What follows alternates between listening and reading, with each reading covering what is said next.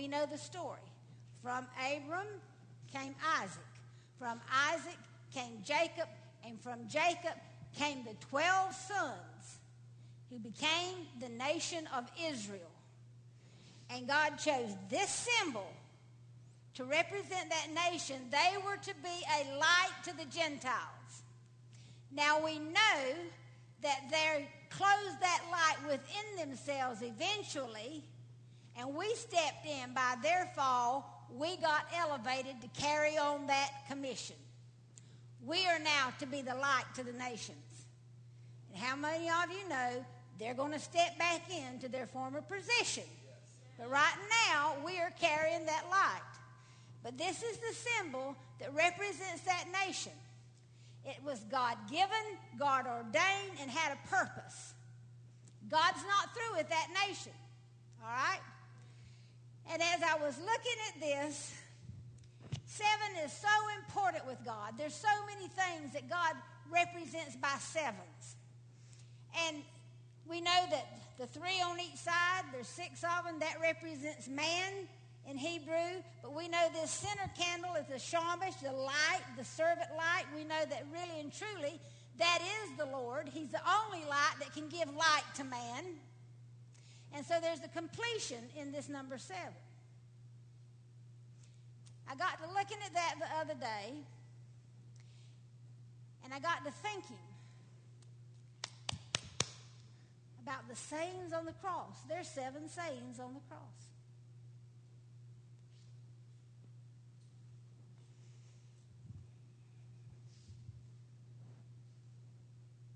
What are they? Father, forgive them, for they know not what they do. John, your mother, your son. This day you will be with me in paradise.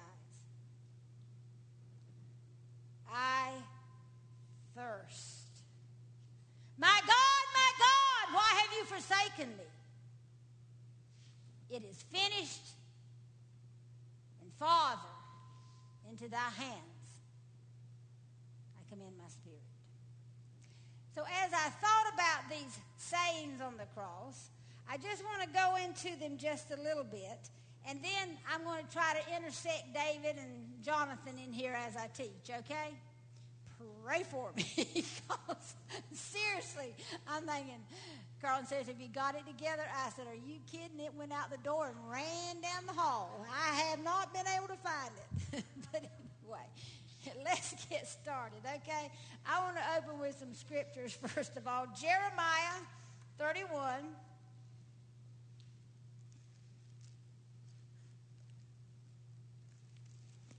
Just to set the truth on some things.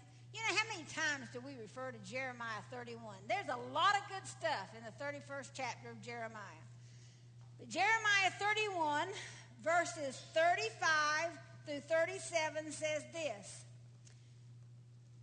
Thus saith the Lord, which giveth the sun for a light by day, and the ordinances of the moon and of the stars for a light by night, which divideth the sea when the waves thereof roar. The Lord of hosts is his name. If those ordinances depart from before me, saith the Lord, then the seed of Israel also shall cease from being a nation before me forever. The moon, the stars, the sun, only after they leave will Israel cease to be. Now, God has promised that they will be a nation as long as those things are in existence. And we won't be in existence if they aren't. You understand that? Thus saith the Lord, if heaven above can be measured and the foundations of the earth searched out beneath, I will also cast off all the seed of Israel for all that they have done, saith the Lord. Now, can we measure the mountains? Can we weigh the sea? Can we measure the contents thereof? No. Man has no capability of that. Oh, we can guesstimate, but we don't know the weight of those things. They're forever, exactly. The sea is condensing and moving and changing, but we don't know those things. But this verse of Scripture, when people come to me also and say, well, it would be better if Israel would just be divided and just quiet down and give up its land, da-da-da-da-da-da-da-da, and I have to go back and say, hear me. As long as these things exist, Israel will be a nation, and they will be a nation in the land that God has given them. Now, is that going to come about peaceably? No, honey. That ain't going to happen. Because the whole world hates them. There is such a spirit of anti-Semitism in this world that the whole world one day will turn against that nation. But they will stand. All right. Jeremiah 6. Just making some opening statements here. Jeremiah 6, verse 16. Thus saith the Lord, stand ye in the ways, and see and ask for the old paths. Where is the good way? And walk therein, and ye shall find rest for your souls. But they said, we will not walk therein. And that's where I find most of the church today. They are scared to learn the way that Jesus walked in his earthly existence. They're scared to death. They think you're going to make them a Jew.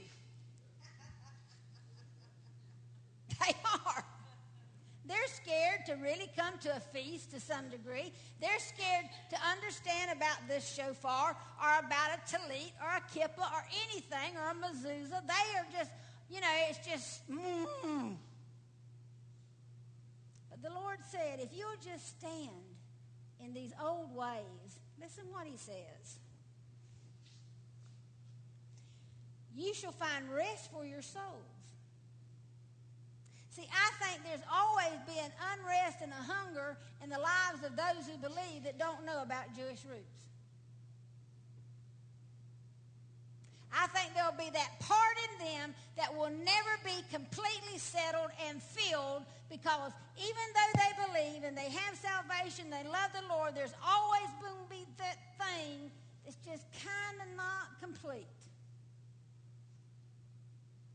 Do you remember when Naomi told Ruth, after she had found out that she had gleaned out of Boaz's field, what did she say?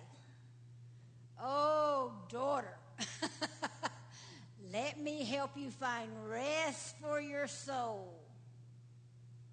Because all of a sudden, Naomi got it. There's a completion in this plan of them coming back from the land of Moab and her being the poorest of the poor in the land and finding her in the field of Boaz. And she just got a sense that, let me tell you what to do now. And it's all going to fit Naomi, which she did and which it did eventually. So, all right. Like I said, I'm going to be everywhere tonight. The menorah, if you want to read about it, it's in Exodus 25, and it goes on all the way through 25, basically, verse 1 to verse 40. Talks about the description of the menorah, how God made it. He was very precise in how he made the menorah. It was the only religious symbol that God ever made.